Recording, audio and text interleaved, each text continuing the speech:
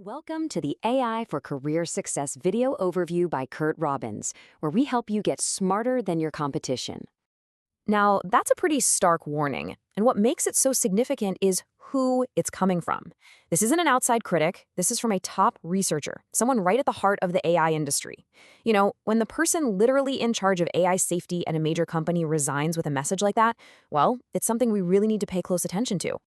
So, let's begin with the event that sparked this whole conversation, the really high-profile resignation of Mrinank Sharma from the AI firm Anthropic. Our overview today is based on the details from an article by Rachel Kleinman titled AI Safety Researcher Departs Anthropic with a Warning, which was published on LinkedIn back on February 11, 2026. To really grasp the gravity of the situation, it's crucial to understand whom Mrinank Sharma is. I mean, we're talking about someone with a PhD from Oxford and a master's in engineering from Cambridge. He wasn't just some employee. He was the lead of the Safeguards research team. This is the group focused on really critical, high-stakes issues, like defending against AI-assisted bioterrorism. So this is the caliber of the individual who decided to sound the alarm. Okay, so let's dig into his public resignation letter itself. This thing went viral. It was viewed over 1 million times, and that wasn't just because a prominent figure left his job.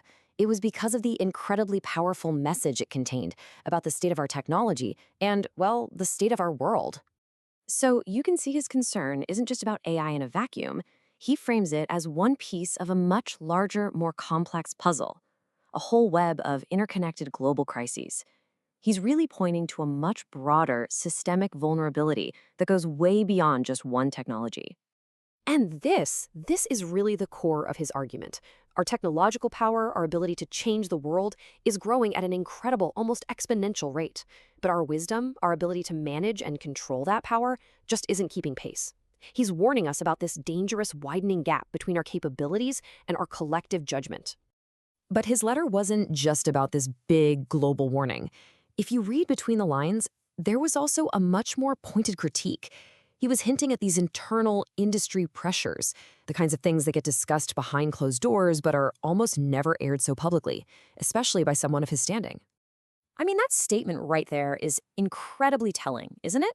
It points to this fundamental conflict, this disconnect between the ethical values AI labs say they have and the commercial or societal pressures that actually drive their day-to-day actions.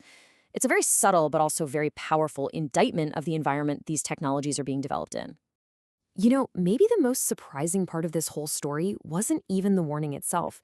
It was what he announced he was going to do next. It was a career move that, frankly, nobody in the tech world could have possibly predicted. Just look at that contrast. It's absolutely striking. 1 minute, you're leading a high-stakes AI safety team, literally defending against things like AI-assisted bioterrorism, and the next, you're studying poetry. It really forces you to stop and ask a pretty profound question. When we're facing a potential technological crisis, what does it mean for one of its key figures to turn away from tech and toward the humanities? So what does this all signal? What are the bigger takeaways here? Well, this one resignation has really become a lightning rod for much larger conversations. Conversations about the future of AI, sure, but also about how we govern it, and maybe most importantly for us, what it even means to have a successful career in this new era. When you look at the discussion this sparked among other professionals, a few key themes really stand out, and they're critical for all of us. First, there's this heightened concern about the unaddressed risks in AI. Then there's that constant tension between a company's stated values and its commercial realities.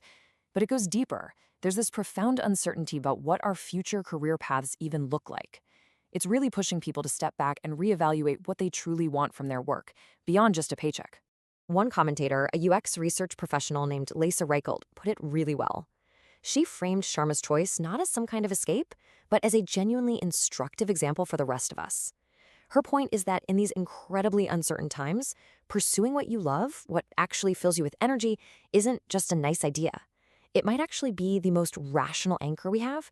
It's almost like a new metric for what career success looks like. And so Sharma's decision really leaves every one of us, every professional watching this technological landscape unfold, with a pretty provocative question. When you're faced with this level of unprecedented change, where do you choose to place your focus, your energy? What is the wise choice for you? Thank you for watching. This is where we teach you AI and help you get smarter than your competition. If you like these videos, use the QR code at the beginning or end of this video to buy us a coffee. We encourage you to subscribe to the AI for Career Success YouTube channel. And please like, comment, and share to help us reach a wider audience.